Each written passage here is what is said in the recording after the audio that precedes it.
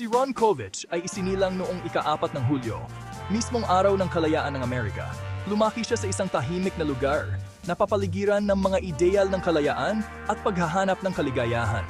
Naniwala siya sa pangarap ng Amerika, ang pangarap na nangangako ng oportunidad at tagumpay para sa lahat. Noong bata pa, sumapi siya sa mga Boy Scout kung saan natutunan niya ang kahalagahan ng karangalan, tungkulin at pagmamahal sa bayan. Puno siya ng pagkamakabayan. Mahal na mahal ni Kovic ang kanyang bayan at nais niya itong paglingkuran. Dahil sa mga kwento ng katapangan at sakripisyo, pinangarap niyang maglingkod sa militar.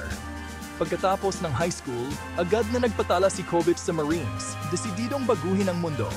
Determinado siyang ipaglaban ang kalayaan at ipagtanggol ang mga pinahalagahan niya. Ang mahirap na pagsasanay sa kampo ay lalo pang nagpatibay sa kanyang loob. Hindi nagtagal, ipinadala siya sa Vietnam. Malayo sa tahanan, ngunit nasa sentro ng labanan para sa demokrasya. Handa nang maging bayani ang batang makabayan, dala ang pag-asa at pangarap ng kanyang pamilya at bansa. Naniniwala siya sa kanyang ipinaglalaban at sumulat siya sa kanyang pamilya na puno ng pag-asa at determinasyon. Kumbinsido na bahagi siya ng isang bagay na mas malaki kaysa sa kanyang sarili. Ngunit sa Vietnam, tumambad ang malupit na katotohanan. Ang digmaan ay walang awa. Nasaksihan ni Kovic ang mga bagay na hahabol sa kanyang mga bangungot. Nasugatan siya sa labanan. Ang batang sundalo ay naparalisa. Pakiramdam ni Kovic ay pinabayaan siya. Ang kanyang mga pangarap ay naglaho.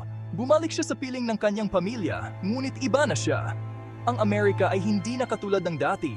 Nahirapan siyang hanapin ang kanyang lugar. Maraming pagsubok ang hinarap si Kovic. Sugatan siya hindi lang sa katawan, kundi pati na rin sa puso at isipan. Pakiramdam niya ay nawawala siya at nag-iisa. Ang bansang kanyang minamahal ay tila walang pakialam. Nagsimula siyang magduda sa lahat. Ngunit hindi na nahimik si Kovic. Sa kanyang sakit, nakahanap siya ng lakas. Napagtanto niya na ang digmaan ay isang pagkakamali. Nais niyang marinig ang kanyang boses. Kailangan niyang kumilos. Ika-4 na kabanata, ang paghahanap sa kanyang boses para sa kapayapaan. Matapos ang kanyang karanasan sa digmaan sa Vietnam, si Kovic ay naging isang masugid na tagapagtaguyod ng kapayapaan. Ang kanyang paglalakbay mula sa pagiging isang sundalo patungo sa pagiging isang aktivista ay puno ng malalalim na pagbabago. Nagsalita siya sa mga rally at demonstrasyon na masigasig na nananawagan para sa kapayapaan at katarungan. Ang kanyang mga talumpati ay makapangyarihan at nagbigay inspirasyon sa maraming tao na sumama sa kanyang layunin. Sumulat siya ng isang nakakaantig na libro kung saan ibinahagi niya ang kanyang mga karanasan at emosyon. Ang kanyang mga salita ay totoo at tapat na sumasalamin sa sakit at pag-asa na kanyang naramdaman. Ang ipinanganak noong ika-4 ng Hulyo ay nagbahagi ng kanyang kwento sa isang paraan na nakaantig sa puso ng mga mambabasa. Narinig siya ng mundo at naantig sa kanyang katapangan. Ang kanyang mga salita ay umalingaw-ngaw sa maraming tao na nag-udyok ng mga pag-uusap at pagmumuni-muni tungkol sa halaga ng digmaan at ang kahalagahan ng kapayapaan. Nagbigay siya ng boses sa mga walang boses at nagsalita para sa mga hindi makapagsalita. Ang kanyang mensahe ay malinaw at matatag. Hinamon niya ang mga tao na suriin muli ang kanilang mga paniniwala at ang mundo sa kanilang paligid. Ang kanyang impluensya ay malalim at pangmatatagalan.